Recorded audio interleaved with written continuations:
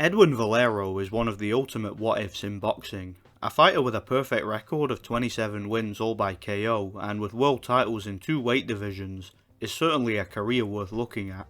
Unfortunately, despite Valero's incredible record and success in boxing, his career and life were tragically cut short in his prime. He was only 28 when he was found dead in his jail cell after being convicted of the murder of his wife. With this video, however, I want to focus only on his boxing career. Nordic Warrior here, hope you guys are all doing well. Welcome back to my retrospective boxing series. Today we're going to be looking at the undefeated, former super featherweight and lightweight champion of the world, the late Edwin Valero from Venezuela. So Edwin Valero turned professional in 2002 in the super featherweight division. In the early part of his career, he developed a reputation as a massive puncher, with a string of absolutely brutal first round KO wins against journeymen. Incredibly, he won the first 18 fights of his pro career by first round KO, which I believe at the time was a record. And like a young Manny Pacquiao, he relied on his wide southpaw left hand that he was so prolific with at that level against that level of opposition. Even his first title eliminator and the first serious test of his career against Weiber Garcia ended in a first round stoppage. For his first world title shot in 2006, he travelled to Panama to fight the WBA super featherweight champion Vicente Mosquera. In a great fight where both guys hit the canvas, Valero managed to gradually break Mosquera down, stopping him in the 10th round, proving that he had the stamina to carry his power late in fights. For his first title defense, he travelled to Japan to fight the Japanese contender Nobuhito Honmo. Valero dominated the fight, stopping Honmo in the 8th round, once again proving that he had the stamina to carry his power late in fights. He then travelled over to Mexico, stopping Zayed Zavaleta in the 3rd round.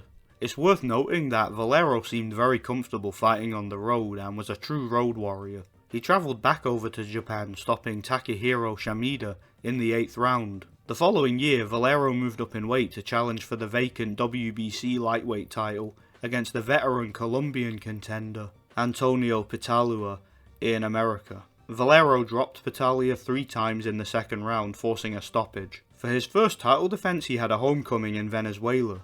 He took on the veteran Mexican contender Hector Velasquez. Valero dominated Velasquez, forcing him to quit on his stool after the 6th round. His next and final title defense, and also the final fight of his career, came against the young Mexican contender and future world champion Antonio DeMarco. Valero got off to a terrible start, walking into several punches in the 1st round, and even got a huge cut on the side of his head from an accidental elbow. Nonetheless, Valero was able to keep his cool and just got back to his boxing.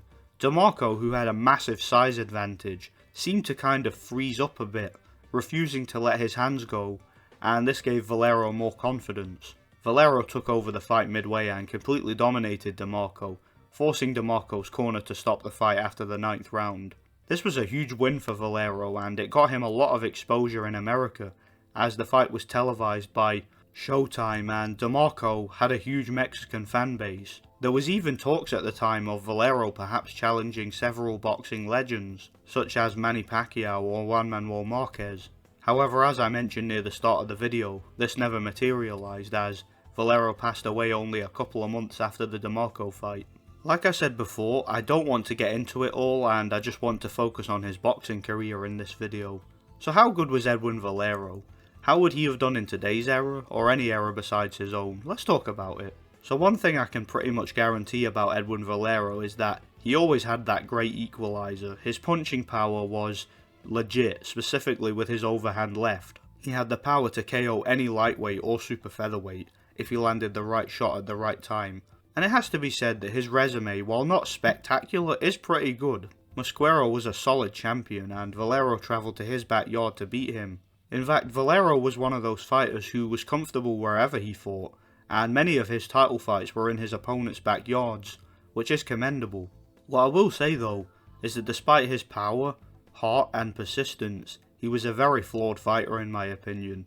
His defense was very poor at times and he looked vulnerable to cuts. I think at lightweight he was a disaster waiting to happen, and if he had fought Juan Manuel Marquez, for example, he would have been a sucker for that counter straight right hand, and he probably would have been knocked out early. He He was just way too basic and rudimentary to be any elite fighter in my personal opinion. If he had fought someone like Pacquiao, he would have gotten completely destroyed. Nonetheless, at super featherweight, he was a monster, and would have been an absolute nightmare for anybody at that weight. But at lightweight, he was undersized. I think DeMarco was pretty green when he fought Valero, and in a rematch, when he had matured a bit and gained a bit more confidence, I actually think he would have won that fight. I also think Valero would have been vulnerable to any world-class counterpuncher, particularly with a big straight right hand. If Valero was around today, it would be very interesting to see how he would fare against today's super featherweights. However, against the lightweights of today, I wouldn't really give him much of a chance, because they would just be too big and too slick for him. I think the fact his career ended in his prime really left a lot of fans wondering just how good he was. I suppose we will never really know, and we can only speculate what would have happened if he had gotten his personal life under control. So that pretty much sums up my thoughts on Edwin Valero. Sure, he had a fantastic record on paper, but without the elite competition, we just don't know how far he would have gone. Thanks for watching, guys. I really enjoyed looking into the career of Edwin Valero. Sure, his career was anticlimactic, but his fights were great to watch, and I can't recommend them enough. Stay tuned for more retrospective boxing videos. Thanks for watching, and God bless.